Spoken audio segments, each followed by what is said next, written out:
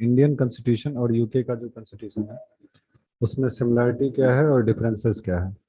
ठीक है, जैसे रिटन कॉन्स्टिट्यूशन है या नहीं यूके का, उसके बाद यूके के कॉन्स्टिट्यूशन में डीपीएसपी है नहीं, तो आप मीन्स पर्सपेक्टिव से ज़्यादा पढ़ेंगे कि कंपेयर कीजिए यूके कॉन्स्टिट्यूशन को इंडियन कॉन्स्टिट्यूशन से। ठीक है, और what are the similarities and what are the differences.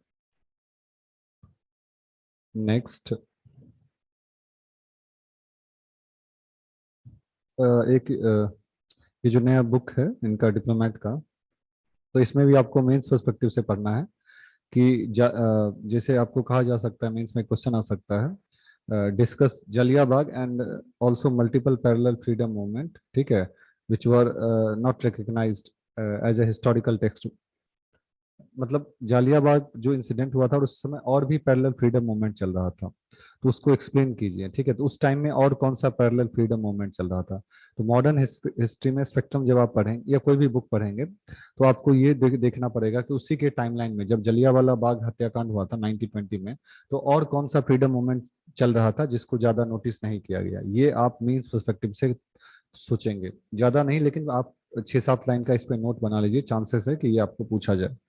Next, PT perspective से एक तो उधम सिंह के बारे में थोड़ा सा पढ़ सकते हैं, और एक और करतार सिंह है, ठीक है, करतार सिंह सरभा, इनके बारे में पढ़ लीजिए। ठीक है, तो इन करतार सिंह सरभा के बारे में काइंडली रीड इट। तो उधम सिंह, करतार सिंह सरभा के बारे में।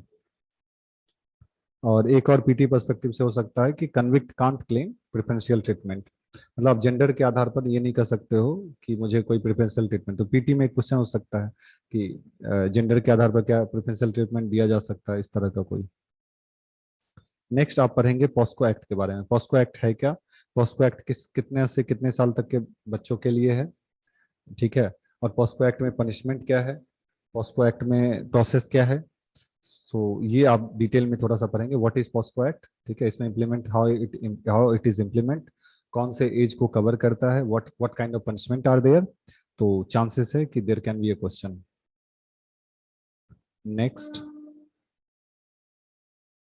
नेक्स्ट, इकोलॉजिकल जो सेंसिटिव जोन है ये आप पढ़ेंगे कि किस एरिया को डिक्लेयर किया जाता है नेशनल पार्क के सराउंडिंग या वाइल्ड लाइफ सेंचुरी। ठीक है, कौन डिक्लेयर करता है ecological sensitive zone. Ecological sensitive zone declare करने के बाद क्या होता है। ठीक है, तो क्या है इकोलॉजिकल सेंसिटिव जोन, कौन डिक्लेयर करता है, कौन सी मिनिस्ट्री है, और इसको डिक्लेयर करने के बाद क्या होता है, ये आप पीटी पर्सपेक्टिव से पढ़ेंगे।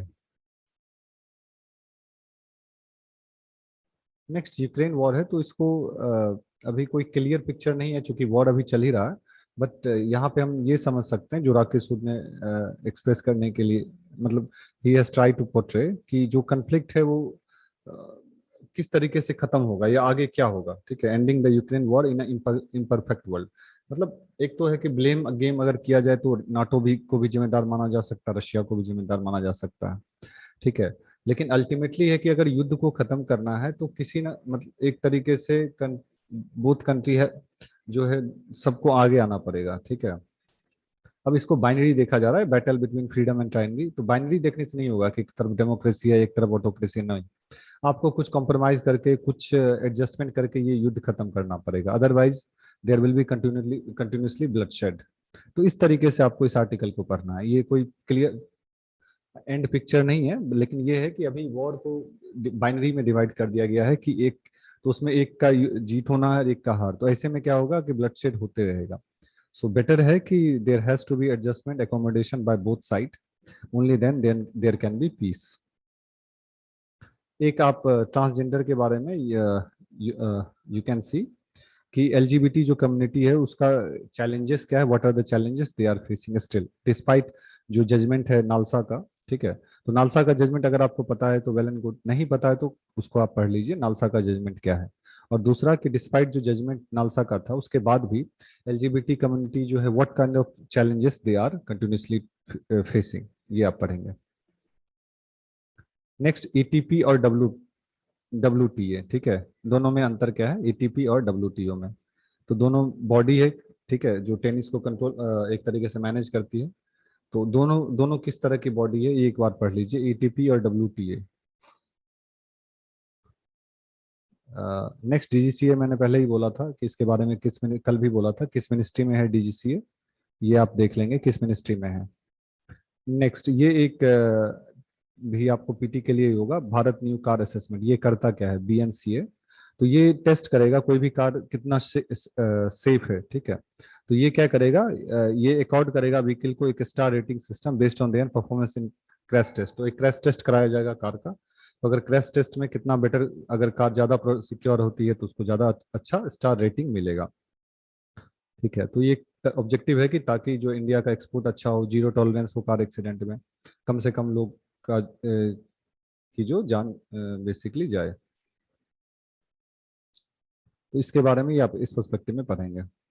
नेक्स्ट है मेटावर्स। तो इसमें आपको क्या पढ़ना है कि मेटावर्स आज मल्टीपल कंपनी जो है they are competing to grab this virtual reality. तो वीआर, तो वर्चुअल रियलिटी में कोई ठीक है, लेकिन ये सक्सेस होने के लिए एक ही चांस होगा व्हेन, जब इंटर ऑपरेबिलिटी होगा। इसका अर्थ क्या हो गया, यानी आज देखिए विंडो अलग अलग ऑपरेटिंग सिस्टम है, विंडो है, मैक है, ठीक है, लिनक्स है। लेकिन अगर आप कोई एप्लीकेशन चलाओ तो वो विंडो में भी चलता है, मैक एप्पल का चलता है और लिनक्स में भी चलता है। इट मीन्स व्हाट कि ये इंटर ऑपरेटिविटी है, तभी तो सक्सेसफुल है। आज जो है इंटरनेट एक तरीके से, या जो डिजिटल वर्ल्ड है वो सक्सेसफुल है क्योंकि मल्टीपल प्लेटफॉर्म पे ही ऑपरेट हो जाता है। ऐसा नहीं है कि एक ऐप है तो वो दूसरे पे ऑपरेट नहीं होगा। उसी तरीके से जो वीआर होगा, वर्चुअल रियलिटी, ठीक है, तो मल्टी ऑपरेटेबल होना चाहिए, ताकि जो है इंटर ऑपरेटेबिलिटी सॉरी होना चाहिए, ताकि अलग अलग प्लेटफॉर्म पे भी, जैसे फेसबुक का है, माइक्रोसॉफ्ट भी उसमें जंप कर रही है, तो सब पे काम कर सके। मान लो वीआर का कोई एप्लीकेशन आया, तो अगर वो सिर्फ माइक्रोसॉफ्ट पे काम करती है तो ज्यादा फिर एक्सपेंशन भी तो नहीं होगा। तो सक्सेस के लिए ये जरूरी है इंटर ऑपरेटेबिलिटी। और नेक्स्ट है कि ओपन सोर्स। यूपीएससी ने इस साल भी पूछा है ओपन सोर्स क्या होता है, मतलब कौन कौन सा ऐप ओपन सोर्स है, ठीक है। तो ओपन सोर्स प्लेटफॉर्म क्या होता है ये आपको पता होना चाहिए। और नेक्स्ट कुछ ये ओपन सोर्स प्लेटफॉर्म है जो साथ में आए हैं, वेब3D कंसोर्टियम, वर्ल्ड वाइड कंसोर्टियम, कभी पूछा जा सकता है ये सब क्या है, ठीक है। तो ओपन सोर्स प्लेटफॉर्म है ये सारा। नेक्स्ट पार्लियामेंट्री पैनल है। तो पार्लियामेंट्री पैनल क्या होता है ये आपको पता होना चाहिए। कमेटी जो भी है, ठीक है, पॉलिटी में आप देख लेंगे। Dragon fruit cultivation. तो ड्रैगन फ्रूट कहाँ पे मिलता है और किस तरह का क्लाइमेट चाहिए। तो ड्रैगन फ्रूट किस तरह का क्लाइमेट चाहिए इसको, और कहाँ पे मिलता है, तो इसको आप देखेंगे। Next forest forest rights act. इसको यहाँ आप डिटेल में थोड़ा आपको देखना पड़ेगा। पहला तो है कि एक्ट है क्या, फॉरेस्ट एक्ट, ठीक है, किसको दिया गया है, ट्राइबल को दिया गया है या नॉन ट्राइबल को, ठीक है, ये आपको करना है। नेक्स्ट इसमें टाइटल राइट्स है। टाइटल राइट्स कितना किसको मिल सकता है। टाइटल राइट्स जो मिलता है जमीन का मालिकाना, कितना जमीन तक मिल सकता है, ठीक है, टाइटल राइट्स। नेक्स्ट है यूज राइट्स, कि आप क्या क्या यूज कर सकते हैं। अगर आपको जंगल में एक तो आपको मालिकाना हक मिलेगा, टाइटल कितना, वो आपको पढ़ना है। नेक्स्ट यूज, आप क्या क्या इस फॉरेस्ट में आप यूज कर सकते हैं, क्या आप माइनर फॉरेस्ट यूज कर सकते हैं या नहीं, ये ठीक है। तो यूज राइट्स देखना है, टाइटल राइट्स देखना। और प्रोसेस क्या, अगर मान लो मुझे जमीन का पट्टा मिलेगा तो इसका प्रोसेस क्या है इनिशिएशन का, ठीक है, ग्राम सभा में शुरू होता है या कहाँ से शुरू होता है, या पंचायत में शुरू, कौन इसको इनिशिएट करता है, और फाइनल अथॉरिटी कौन है, ठीक है, और अपील कहाँ कर सकते हैं। तो मेंस पर्सपेक्टिव और पीटी दोनों के लिए इंपॉर्टेंट है। तो फॉरेस्ट एक्ट 2006 को आप अच्छे तरीके से पढ़ सकते हैं। नेक्स्ट एक वेरिएंट है, अभी अभी कंफर्म नहीं है इसलिए, स्नेक आइलैंड कहाँ पे है, ठीक है। तो स्नेक आइलैंड जो अभी ब्लैक सी में, आप सी देख लेंगे कहाँ पे है स्नेक आइलैंड, इसका लोकेशन, ठीक है। तो ये आप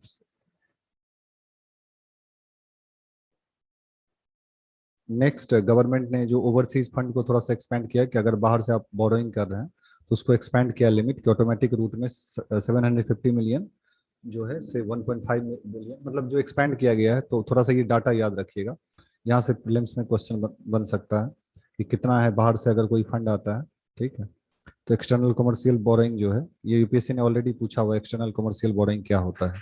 तो अगर आपको पता है तो ठीक है, अदरवाइज रीड इट कि एक्सटर्नल कमर्शियल बोरोइंग क्या होता है। और पैसा क्यों गिरता है पहले ही ऑलरेडी वी हैव डिस्कस्ड। तो आज ज्यादा नहीं था, बट ज्यादा पीटी पर्सपेक्टिव से तो आप इसको पढ़ेंगे।